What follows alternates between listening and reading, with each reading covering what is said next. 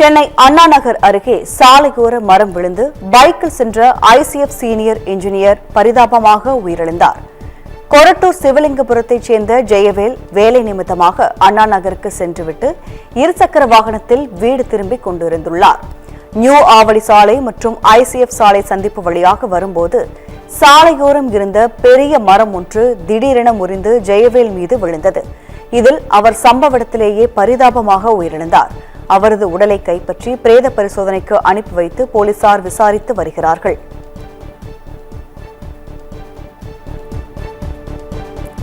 அரியலூர் மாவட்டம் உடையார்பாளையம் அடுத்த இடையார் கிராமத்தில் டாஸ்மாக் கடையை அகற்றக் கோரி பெண்கள் முற்றுகை போராட்டத்தில் ஈடுபட்டதால் பரபரப்பு ஏற்பட்டது.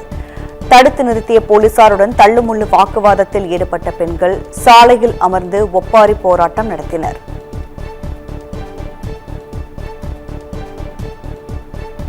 கோவை மாவட்டம் கோட்டூர் பகுதியில் கனரக வாகனங்கள் அதிக ஒலி எழுப்பும் ஹாரன்கள் மற்றும் எல்இடி விளக்குகளை போலீசார் அகற்றினர்.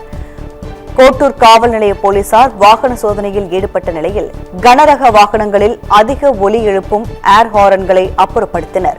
மேலும் வாகன ஓட்டிகளுக்கு இடையூறு ஏற்படுத்தும் விதத்தில் இருந்த சிவப்பு மற்றும் நீல நிற எல்இடி விளக்குகளையும் அப்புறப்படுத்தினர்.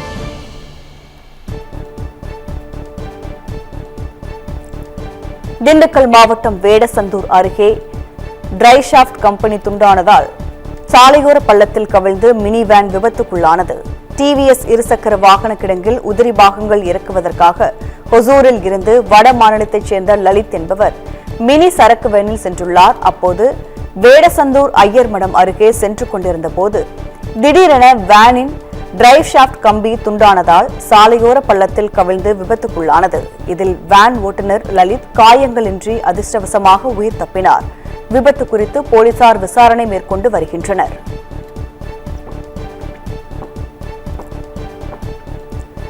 தமிழ்நாட்டில் முதன்முறையாக வன பாதுகாப்பிற்கு நவீன தொழில்நுட்பங்கள் கொண்டுவரப்படும் என வனத்துறை அமைச்சர் ரஞ்சித்குமார் தெரிவித்திருக்கிறார்.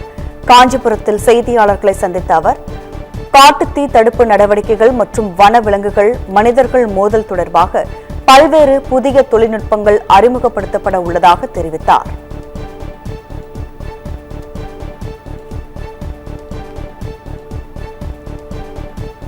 சென்னை பெரும்பாக்கம் அரசு கல்லூரியில் முதலாம் ஆண்டு மாணவர்களுக்கான ஒரு வார கால அறிமுக பயிற்சி திட்டம் நடைபெற்றது.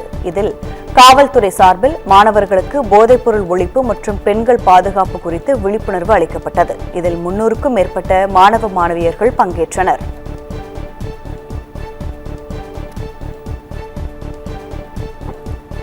ஈரோடு மாவட்டம் கொடுமுடியில் விவசாய நிலத்தில் உள்ள காய்ந்த புல்லில் தீ விபத்து ஏற்பட்டது. புதுப்பாளையம் செல்லும் சாலையில் பல ஏக்கர் பரப்பளவில் உள்ள விவசாய நிலத்தில் காய்ந்த புல்லிற்கு மர்ம நபர் ஒருவர் தீ வைத்ததாக கூறப்படுகிறது. இந்நிலையில் அந்த தீ முழுவதும் காட்டில் பரவி கிடக்கும் பச்சை புல் மற்றும் காய்ந்த புல்களில் பிடித்து கொழுந்துவிட்டு எரிய தொடங்கியது. சம்பவ இடத்திற்கு வந்த தீயணைப்புத் துறையினர் தீயை அணைத்தனர்.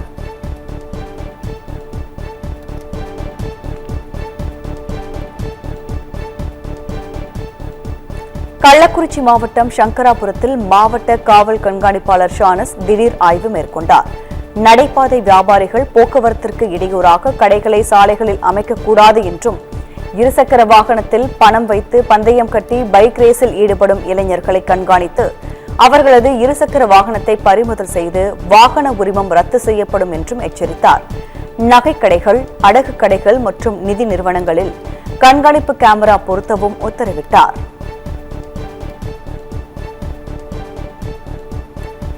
திருவள்ளூர் மாவட்டம் மீஞ்சூர் அருகே சுடுகாட்டில் இருந்த எரிமேடையை இடித்து சேதப்படுத்திய மர்ம நபர்கள் மீது போலீசார் உரிய நடவடிக்கை எடுக்க வேண்டுமென கிராம மக்கள் புகார் தெரிவித்தனர். சின்னமடுவூர் கிராமத்தில் உள்ள சுடுகாட்டில் கடந்த ஆண்டு சுமார் 3.5 லட்சம் மதிப்புள்ள எரிமேடை அமைக்கப்பட்டுள்ளது. இந்த நிலையில் கடந்த சில நாட்களுக்கு முன்பு சுடுகாட்டில் இருந்த எரிமேடையை மர்ம நபர்கள் இடித்து தரைமட்டமாக்கி சேதப்படுத்தியுள்ளனர். இந்த சம்பவம் தொடர்பாக கிராம மக்கள் சார்பில் மீஞ்சூர் காவல் நிலையத்தில் புகார் அளிக்கப்பட்ட நிலையில் போலீசார் விசாரணை செய்து வருகின்றனர்.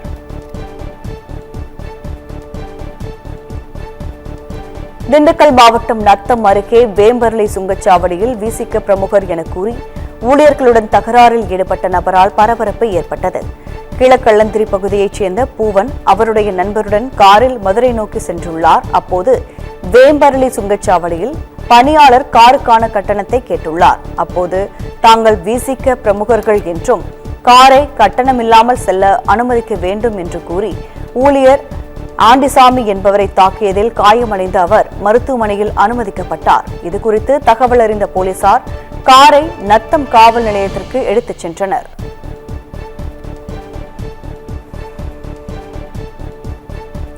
தேனி மாவட்டம் போடி மற்றும் அதன் சுற்றுவட்டார பகுதிகளில் வீசிய பலத்த சூறாவளி காற்றால் கடைகள் மற்றும் வீடுகளில் உள்ள மேற்கூரைகள் காற்றில் அடித்துச் செல்லப்பட்டு பலத்த சேதத்தை ஏற்படுத்தியுள்ளது. பலத்த சூறாவளி காற்று காரணமாக முந்தல் சோதனை சாவடி எதிரே உள்ள 2 கடையின் கூரைகள் காற்றில் முற்றிலுமாக சேதமடைந்து தரைமட்டமாகியுள்ளது. இதேபோல பொதுமக்களின் 5க்கும் மேற்பட்ட வீடுகளில் மேற்கூரைகள் பெயர்ந்து பலத்த சேதமடைந்துள்ளது. இதனால் பொதுமக்களின் இயல்பு வாழ்க்கை முடக்கப்பட்டு மிகுந்த பாதிப்புக்குள்ளான நிலையில் மாவட்ட நிர்வாகம் உரிய நடவடிக்கை எடுக்க வேண்டும் என கோரிக்கை விடுத்துள்ளனர்.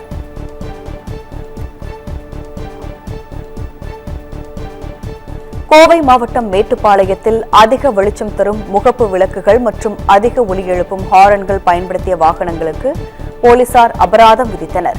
நெடுஞ்சாலையில் பயணிக்கும் வாகனங்கள் இரவு நேரங்களில் அதிக வெளிச்சம் தரும் முகப்பு LED விளக்குகள் எரிய விட்டபடி இயக்கப்படுவதால் எதிரில் வரும் வாகன ஓட்டுநர்கள் திணறி வருவதாகவும் இதனால் விபத்துகள் ஏற்படுவதாகவும் கூறப்படுகிறது. இந்நிலையில் மேட்டுப்பாளையத்தில் சோதனையில் ஈடுபட்ட போலீசார் விதிகளுக்கு கூடுதல் LED முகப்பு விளக்குகள் மற்றும் ஏர் ஹாரன்களை பயன்படுத்தி பயணித்த வாகனங்களை நிறுத்தி அபராதம் விதித்ததோடு எச்சரிக்கையும் விடுத்தனர்.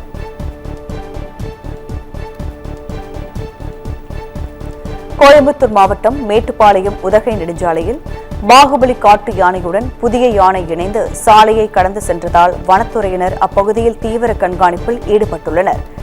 மேட்டுப்பாளையம் வனச்சரகத்திற்கு உட்பட்ட ஓடந்துறை மற்றும் நெல்லிமலை பகுதிகளில் பாகுபலி என்ற ஆண் காட்டு யானை அடிக்கடி வனப்பகுதியில் இருந்து வெளியேறி சாலைகளை கடந்து செல்வது வழக்கம். தற்போது பாகுபலி யானையுடன் மற்றொரு காட்டு யானையும் ஜோடியாக இணைந்து உலா வருவதால் வாகன ஓட்டிகள் கவனமாக இருக்க வனத்துறையினர் அறிவுறுத்தி உள்ளனர்.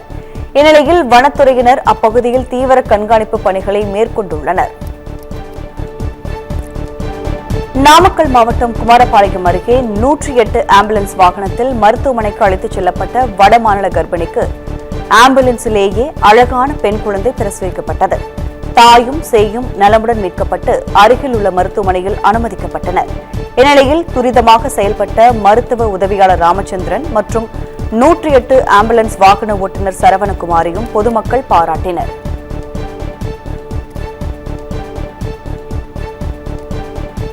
செங்கல்பட்டு மாவட்டம் திருக்கழுக்குன்றம் அருகே அனுமதியின்றி ஏரியில் இருந்து மணல் எடுத்துச் சென்ற லாரியை பொதுமக்கள் சிறைப்பிடித்தனர்.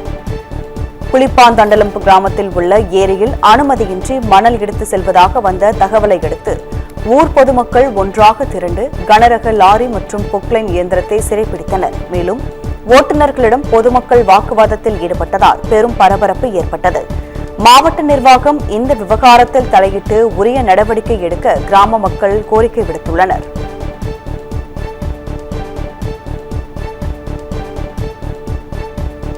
ஈரோடு மாவட்டம் பவானிசாகர் அணையின் நீர்பிடிப்பு பகுதிகளில் பரவலாக மழை பெய்ததால் அணையின் நீர்வரத்து அதிகரித்துள்ளது. தென்மேற்கு பருவமழை காரணமாக வடகேரளா மற்றும் நீலகிரி மலைப்பகுதிகளில் பரவலாக மழை பெய்தது. இதன் காரணமாக அணைக்கு வந்து சேரும் பவானி ஆறு மற்றும் மாயாறு ஆகிய ஆறுகளில் நீர்வரத்து அதிகரித்துள்ளது. அதன்படி 574 கனஅடியாக இருந்த அணையின் நீர்வரத்து 1894 கனஅடி அதிகரித்துள்ளது. மேலும் அணையின் நீர்மட்டம் 54.96 அடியாகவும் நீர் இருப்பு 5.73 TMC-ஆகவும் உள்ளது. பாசனம் மற்றும் குடிநீர் தேவைக்காக அணையில் இருந்து 600 கன அடியும் கீழ்பவானி வாய்க்காலில் 5 கன அடி நீரும் வெளியேற்றப்படுகிறது.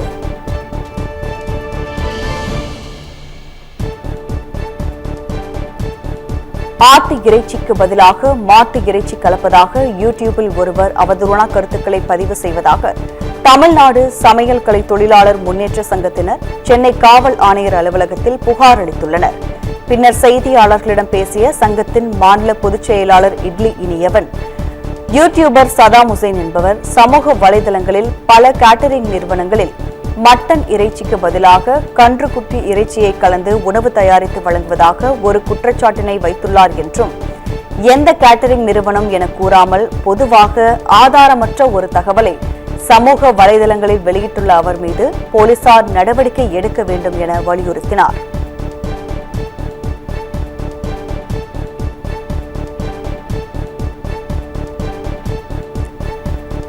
கள்ளக்குறிச்சி மாவட்டம் உளுந்தூர்பேட்டை அருகே உரிய விலை கிடைக்காததால் தர்பூசணி பழங்கள் நிலத்திலேயே அழுகும் நிலை ஏற்பட்டுள்ளது.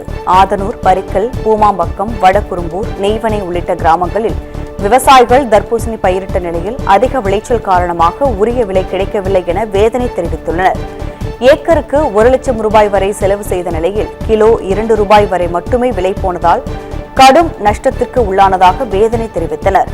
எனவே அரசு நடவடிக்கை எடுத்து தங்களுக்கு உரிய இழப்பீடு வழங்க வேண்டும் என விவசாயிகள் கோரிக்கை விடுத்துள்ளனர்.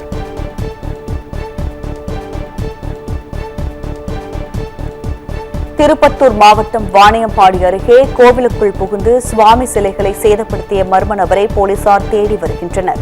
தோட்டிக்குட்டை பகுதியில் உள்ள மலை மீது அமைந்துள்ள ஸ்ரீ சஞ்சீவி மலை முருகன் ஆலயத்தில் நள்ளிரவில் புகுந்த நபர் ஒருவர் கோவிலின் மின் விளக்குகளை சேதப்படுத்தி கோவிலில் இருந்த சிலைகள் மற்றும் வேல் உள்ளிட்டவற்றை சேதப்படுத்தியுள்ளார்.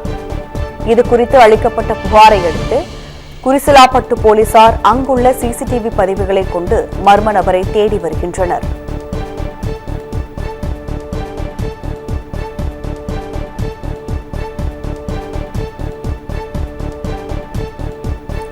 காரைக்கால் மாவட்டம் நெடுங்காடு கிராமத்தில் உள்ள பழைய பொருள் சேமிக்கும் கிடங்கில் திடீரென தீ விபத்து ஏற்பட்டுள்ளது. அப்போது தீயானது அருகில் இருந்த வயல் மற்றும் கடைகளில் பரவி பற்றி எரிந்தது. உடனடியாக சம்பவ இடத்திற்கு 15க்கும் மேற்பட்ட தீயணைப்பு வாகனம் மூலம் வந்த தீயணைப்பு வீரர்கள் தீயை அணைக்கும் பணியில் தீவிரமாக ஈடுபட்டனர்.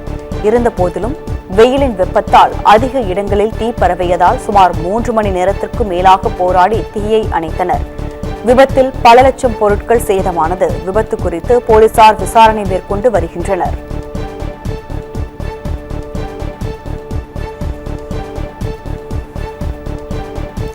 தஞ்சை மாவட்டம் கும்பகோணம் அடுத்த ஐயம்பேட்டையில் வீட்டின் பின்பக்க கதவை உடைத்து பீரோவில் இருந்த 9 பவுன் தங்க நகை மற்றும் 120 கிராம் வெள்ளிப் பொருட்கள் கொள்ளையடிக்கப்பட்டன. ரமாதேவி என்பவர் தனது மகனுடன் வெளியூர் சென்றிருந்த நேரத்தில் கொள்ளை நடந்துள்ளது. புகாரின் பேரில் போலீசார் விசாரணை நடத்தி கொள்ளையில் ஈடுபட்டவர்களை தேடி வருகின்றனர்.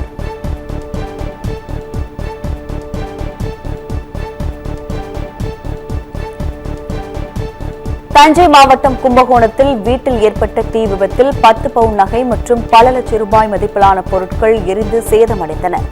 வட்டிப்பிள்ளையார் கோவில் அருகில் உள்ள கள்ளுக்கடை சந்தை பரமேஸ்வரி மற்றும் அவரது தாயார் கனகவல்லி ஆகியோர் வசித்து வருகிறார்கள். பிற்பகலில் அவர்கள் வீட்டில் திடீரென தீப்பற்றியது. அவர்கள் வீட்டை விட்டு வெளியில் ஓடிவர தகவலறிந்து வந்த தீயணைப்புத் துறையினர் தீ மேலும் பரவாமல் அணைத்தனர். விபத்திற்கான காரணம் குறித்து போலீசார் விசாரித்து வருகின்றனர்.